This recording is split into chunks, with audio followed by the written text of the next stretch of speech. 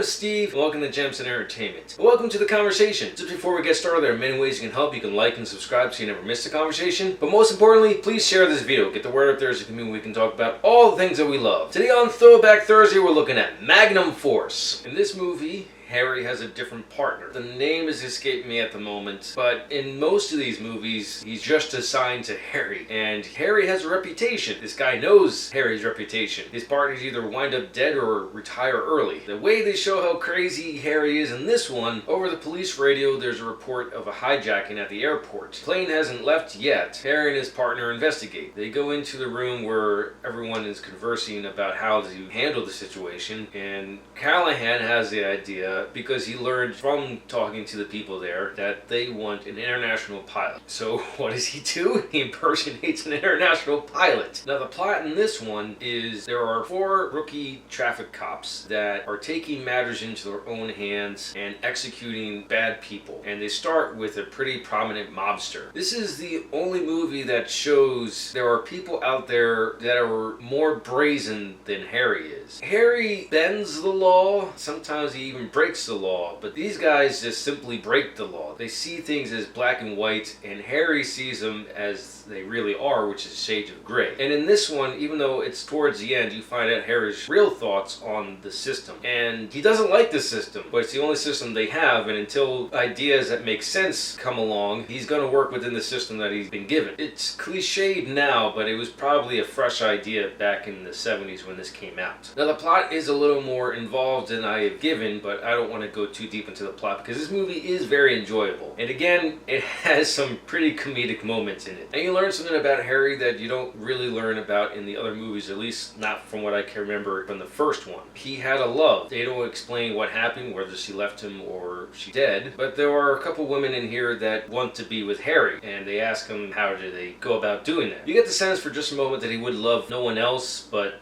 nope, he has urges and he gives into them. Now the way we are introduced to the killers in this one, the audience knows who they are. And so the rest of the movie is Harry figuring it out. He's putting the pieces together. He's not quite sure, and he doesn't like where his gut's taking him because he's implementing fellow officers in crimes. He doesn't want to do that. He would rather be some scumbag, but he can't just say it because it's a huge implementation, and it's fascinating to watch Harry wrestle with this problem. Also, watching the dynamic with him and his partner is also fun to watch because it's different each time. Each partner learns something different about Harry, or they learn the same thing about him in other ways, just being with him, that he's not death himself. He's just brazen, and he puts himself in situations where bad things can happen. But they also see that he just doesn't do things completely half-cocked. It's just that they may be inexperienced and they don't know how to follow his lead. I'm not sure what it is, but the further I go back in this series, the more I enjoy watching them, and I can't wait to watch the first one again. Those are my thoughts on Magnum Force. Let me know your thoughts in the comments below. If you like what you saw, like it. If you think other people like it, share it. If you really liked it, hit the subscribe button. Thank you for watching, and live your imagination.